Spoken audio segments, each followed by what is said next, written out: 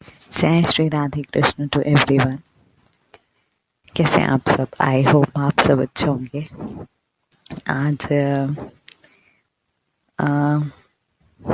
क्या कहते हैं, ऐसे ही मैंने कहीं से कुछ सुना, तो जब भी मैं कुछ सुनती हूँ ना, तो मैं सोचती हूँ कि उसे कहीं ना कहीं उस बात को किसी न किसी को भी बताऊं, ताकि जिस तरह से मुझे कहीं से कुछ हीलिंग हुई है, कोई हेल्प हुई है, तो वो हेल्प दूसरों को भी ज़रूर मिले। क्योंकि मेरा ये मानना है कि जब भी हमें ऐसी कोई बात जिसके लिए हम बहुत ज़्यादा सोच रहे हैं, गहन मनन कर रहे हैं, चिंता कर रहे हैं जिस चीज़ की, उसका सॉल्यूशन भगवान कहीं ना कहीं से किसी न किसी रूप में आपको ज़रूर देता है। चाहे वो वीडियो के थ्रू, चाहे वो इंस्टा की कोई स्टोरी हो, चाहे इंस्टा की कोई रील हो, या यूट्यूब में कोई ऐसी आपके सामने वीडियो आ जाना, कोई सॉन्ग आ जाना जिसकी लिरिक्स आपके उस परेशानी का जवाब बन के आपके सामने आ जाता है। तो ऐसे ही आज काफ़ी दिनों से मैं कुछ सोच रही थी, एक अजीब सी उलझन में थी। तो आज ऐसे ही किसी का एक ऐसा मैसेज आया मेरे पास कि आपने जो ये मोटिवेशन छोटी सी आप स्टोरी बता रही हैं, तो कुछ ऐसा शेयर कीजिए जो आपकी लाइफ से जुड़ा हो, जो रियलिटी में आपके साथ कुछ ऐसा है जिससे आप मोटिवेट होते हो, क्योंकि आप हमेशा हंसते रहते हो। मुझे तो लगता ही नहीं है कि आपकी लाइफ में कोई दुख है।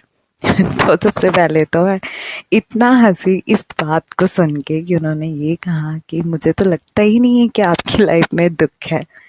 तो ये सबसे ही बड़ा जोक था आज मेरे लिए, क्योंकि हाँ, ऐसा शायद दुनिया में कोई इंसान नहीं होगा जिसकी लाइफ में सिर्फ सुखी सुख आता हो। ऐसा हो ही नहीं सकता। हम मशीन नहीं है, हम पत्थर की मूर्ति नहीं है कि जिसको फील ना होता हो, जिस पे इमोशन ना होते हो। तो सबको दुख होता है, सबकी फीलिंग्स होती हैं, सबको पेन होता है। तो ऐसी मेरे को भी है। और ये बात भी सच है कि हाँ, मैं हंसती रहती हूँ, इसमें झूठ नहीं है। खुश रहती हूँ, पूरी कोशिश करती हूँ खुश रहने की। पर वो कोशिश है, ये भी मैं आपको बता देती हूँ। वो कोशिश है उस चीज़ से निकलने के लिए जिससे मैं गुजर रही हूँ, जिस पेन से या जिस परेशानी से मैं गुजर रही हूँ। मैंने जैसे आपको पहले भी कहा है, मैं एक इंट्रोवर्ट इंसान हूँ, ज़्यादा किसी से जल्दी घुल मिलती नहीं हूँ कि आपको सब चीज़ बता दूँ। बाय नेचर मैं स्कॉर्पियो हूँ, और आपको पता है स्कॉर्पियो इतनी आसानी से अपनी बातें किसी से शेयर नहीं करते। तो यही कारण है कि मैं सच बोलूँगी, हाँ, बहुत सारी परेशानी, इनफैक्ट लाइफ की अभी लास्ट 2-3 साल मेरी ज़िंदगी के सबसे वर्स्ट कंडीशन रही हैं, जिसमें मैं यानी कि हंस रही हूँ तो भी ये मैं और मेरा कान्हा जी जानता है कि मैं कैसे हंस रही हूँ। और वही मेरी शक्ति भी है कि वो मुझे हंसा रहे हैं इतनी पेन में भी। क्योंकि ये चीज़ मैंने जब भी मैंने कहा ना, मैं उनसे कुछ पूछती हूँ अपने ईश्वर से, क्योंकि अगर आपको उस पे विश्वास है, आपको किसी पे भी, यानी कि अगर आप की शिद्दत है, कोई सवाल आपके मन में हो गया कि मुझे इसको जानना है, यानी कि किसी भी चीज़ को, चाहे वो सवाल हो, चाहे वो कोई चीज़ हो, चाहे कोई वो आपका लक्ष्य हो जीवन का, या कुछ भी कोई अचीव करने के लिए आपका कोई लाइफ पर्पस हो, जब आप उसके पीछे शिद्दत से लग जाते हैं ना कि मुझे इस चीज़ को जानना है कि भाई ये मेरे साथ क्यों हो रहा है, बाय, तो उसका जवाब भी है ना, जितनी शिद्दत से आप ईश्वर से पूछेंगे ना, उतनी शिद्दत से वो आपको जवाब भी देगा। कहते हैं ना, वो शाहरुख खान का डायलॉग है कि किसी चीज़ को शिद्दत से चाहो तो पूरी कायनात जुड़ जाती है उसे आपसे मिलवाने के लिए। तो उसी तरह क्या मेरा अपना एक्सपीरियंस है कि अगर मैंने जो भी पूछा है अपनी लाइफ से रिलेटेड, अपने हालातों से, अपनी परेशानियों से, जब भी मैं बहुत डाउन फील करती हूँ, बहुत परेशान होती हूँ, तो मैं और किसी से नहीं पूछती, ना किसी रिश्तेदार से, ना किसी उससे, क्योंकि मुझे पता है कि सबके पास अपने अलग अलग जवाब होंगे। किसी का जवाब शायद सही होगा, किसी का शायद गलत भी हो सकता है मेरी सिचुएशन पे, क्योंकि सबकी लाइफ अलग है, हम सबको लाइफ में अलग मिली है, सबकी जर्नी अलग है। तो क्यों हम कंपेयर कर रहे हैं कि यार उसकी लाइफ ऐसे बेटर है और हमारी नहीं है। सोशल मीडिया तो आजकल इनकी मैं देखती हूँ इतना बड़ा वो हो गया है कंपैरिजन का प्लेटफॉर्म, कि अगर उसको देखो तो अरे उसके इतने फॉलोवर, हमारे इतने कम, अरे उसके इतनी ये, अरे वो इतना खुश, हम इतने कम। क्यों भाई? मान लो एक छोटी सी बात बताती हूँ आपको कि सबके घरों में कुछ ना कुछ सामान होता है, तो हर किसी के घर में कुछ ना कुछ सामान है। मेरे घर में अगर एक छोटा ग्लास, पानी का ग्लास है, और किसी दूसरे के घर में बड़ा जग है उसके पास, तो मुझे ये नहीं सोचना है कि भैया उतना पानी मैं उस ग्लास में कैसे भरूं जितना उस जग में है। ऐसा इम्पॉसिबल है। मैं अपने ही ग्लास को पूरा भर सकती हूँ, इतना कर सकती हूँ कि मैं अपनी लाइफ पे मोटिवेट करके, यानी कि अपनी उस जो मेरी जो इच्छाएं हैं उन्हें पूरा कर सकती हूँ। लेकिन मैं दूसरों को देख के, दूसरे के जग को ये सोच के कि इतना पानी मेरे ग्लास में भी होना चाहिए, ये इम्पॉसिबल है। तो उसी तरह हमारी लाइफ में सबका अलग अलग क्या कहते हैं, अलग अलग रोल है, अलग अलग लिमिटेशन है, दी हुई है भगवान ने, और वो कुछ सिखाने को दिए।